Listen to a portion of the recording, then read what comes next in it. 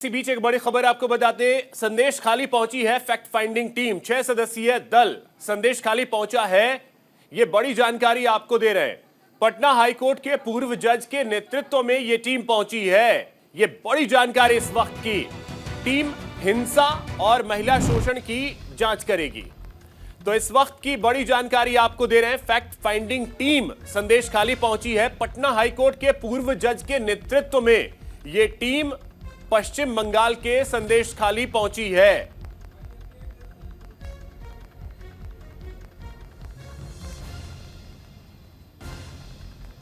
तो इस वक्त की बड़ी जानकारी, 6 सदस्यीय ये दल जो कि फैक्ट फाइंडिंग टीम है, संदेश खाली पहुंची है। पटना हाईकोर्ट के पूर्व जज के नेतृत्व में ये टीम संदेश खाली पहुंची है और संदेश खाली में जो कुछ हुआ है उसके फैक्ट्स को जांचने की कोशिश ये टीम करेगी।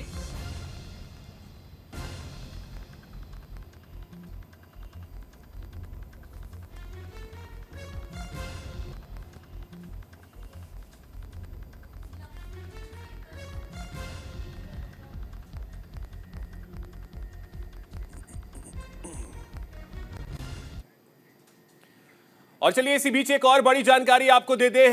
बेंगलुरु कैफे ब्लास्ट की जांच लगातार जारी है।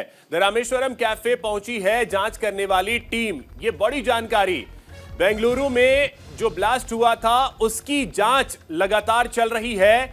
घटनास्थल का जायजा पुलिस ने लिया है। तो इस वक्त की बड़ी खबर आपको बता रहे हैं। द रामेश्वरम कैफे पहुंची है जांच की टीम।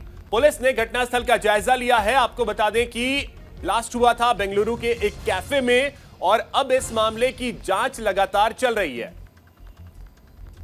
देखिए तस्वीरें भी हम आपको दिखा रहे हैं। ब्लास्ट जब हुआ था उसके बाद की तस्वीरें, और पुलिस ने घटनास्थल का जायजा लिया है। बेंगलुरु में एक कैफे में ब्लास्ट हुआ था और अब इस मामले की जांच तेजी से चल रही है।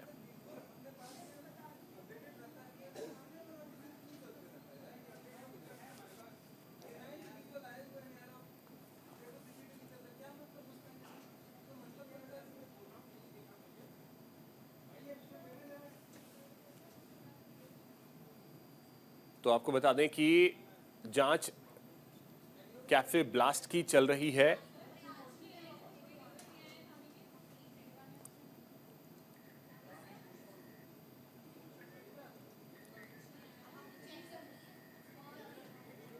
इसी बीच एक और बड़ी खबर आपको बता दें। दिल्ली में भीषण सड़क हादसा हुआ है। बदरपुर फ्लाईओवर पर एक दर्दनाक हादसा सामने आया, जहां ट्रक और कार में आमने सामने की जोरदार टक्कर हुई है।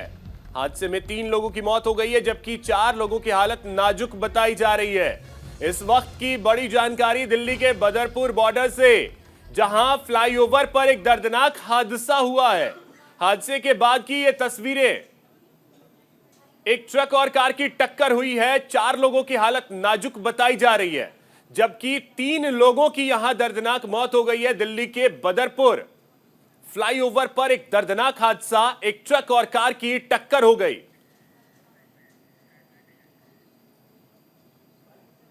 फिलहाल यहां रुकेंगे एक छोटे से ब्रेक के लिए।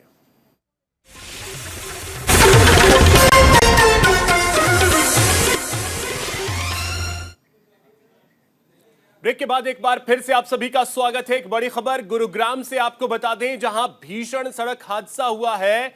ओल्ड रेलवे रोड पर कार और स्कूटी की टक्कर हुई है। हादसे में स्कूटी सवार बुजुर्ग की मौत हो गई है, जबकि एक व्यक्ति इसमें घायल हुआ है।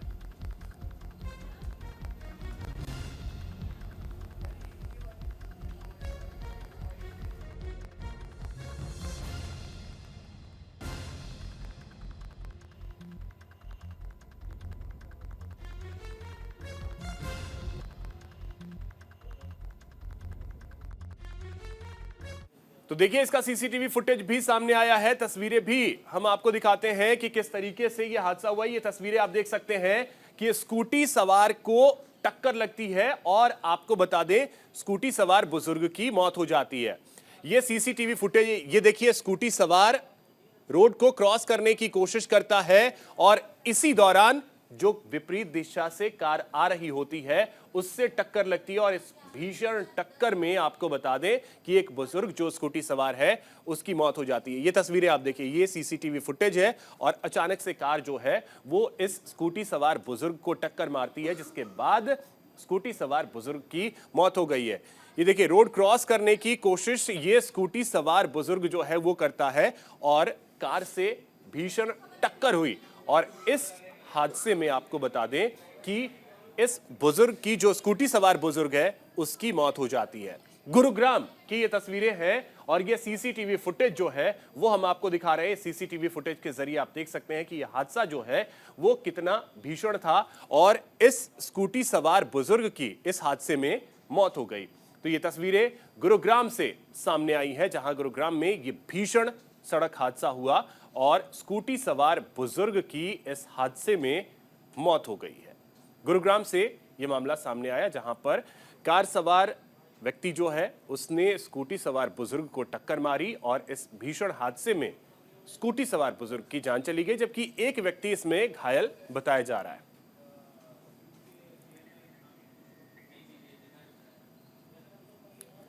और चलिए बात करते हैं राहुल गांधी के भारत जोड़ो न्याय यात्रा की। मध्य प्रदेश में इस समय राहुल गांधी की भारत जोड़ो न्याय यात्रा है।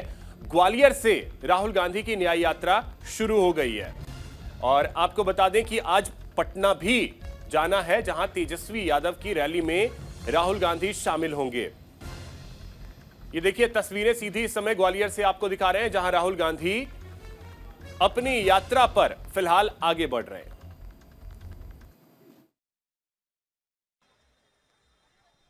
सरकारी नौकरियां लगती थी, इसमें इन लोगों का रास्ता बन जाता था।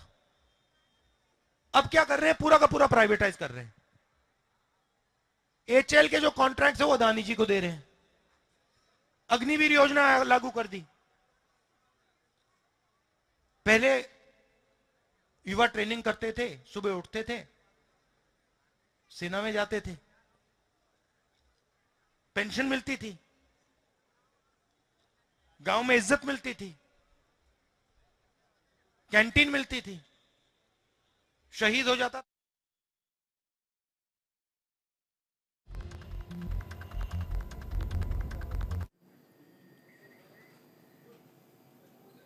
तो आप सुन रहे थे राहुल गांधी को भारत जोड़ो न्याय यात्रा पर इस समय ग्वालियर में है। इसी बीच एक बड़ी खबर आपको बता दें, मंगलवार को हो सकता है योगी कैबिनेट का विस्तार। आरएलडी के 2 विधायक मंत्री बनाए जा सकते हैं। यह बड़ी जानकारी आपको दे रहे हैं उत्तर प्रदेश से, जहां योगी कैबिनेट का विस्तार मंगलवार को हो सकता है।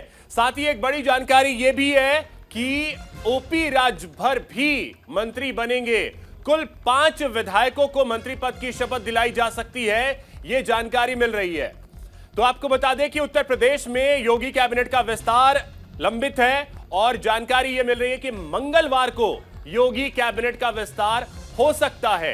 अब आधिकारिक तौर पर आरएलडी एनडीए का हिस्सा बन चुकी है, तो यह भी जानकारी मिल रही है कि आरएलडी के 2 विधायकों को मंत्री बनाया जा सकता है। इसके अलावा सुभासपा के ओपी राजभर मंत्री बन सकते हैं, यह भी सूत्रों के हवाले से जानकारी है।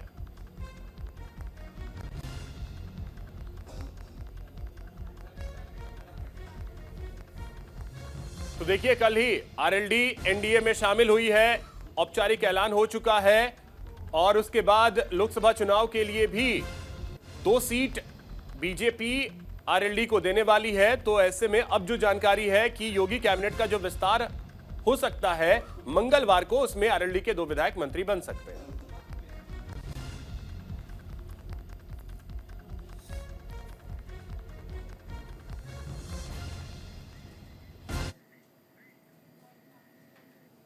यहां रुकेंगे एक छोटे से ब्रेक के लिए।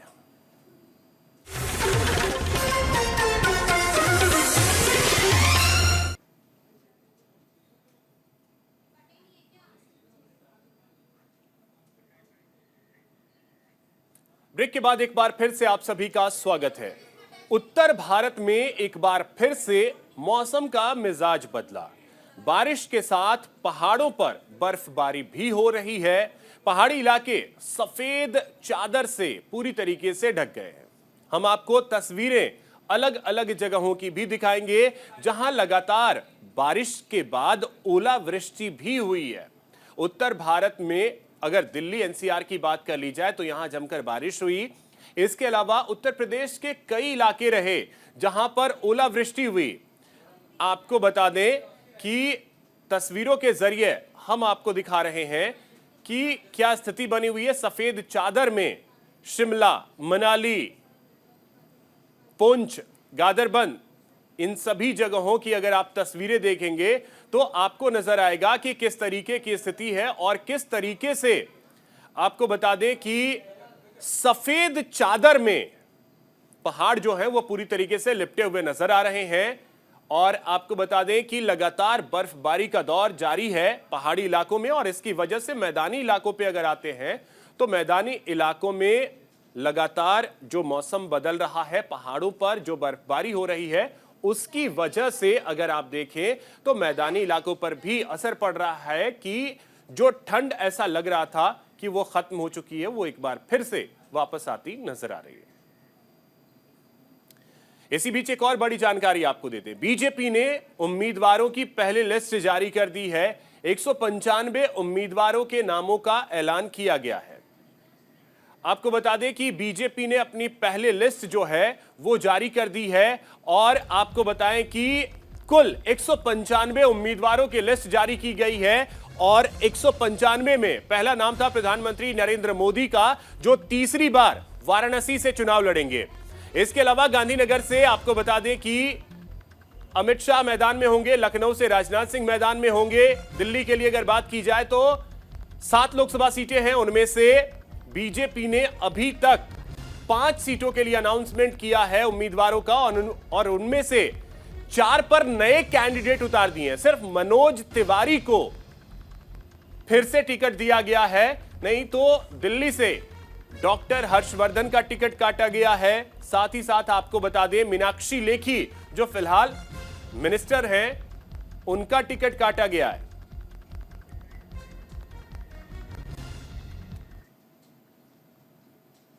फिलहाल इस बुलेटिन में इतना ही। नमस्कार।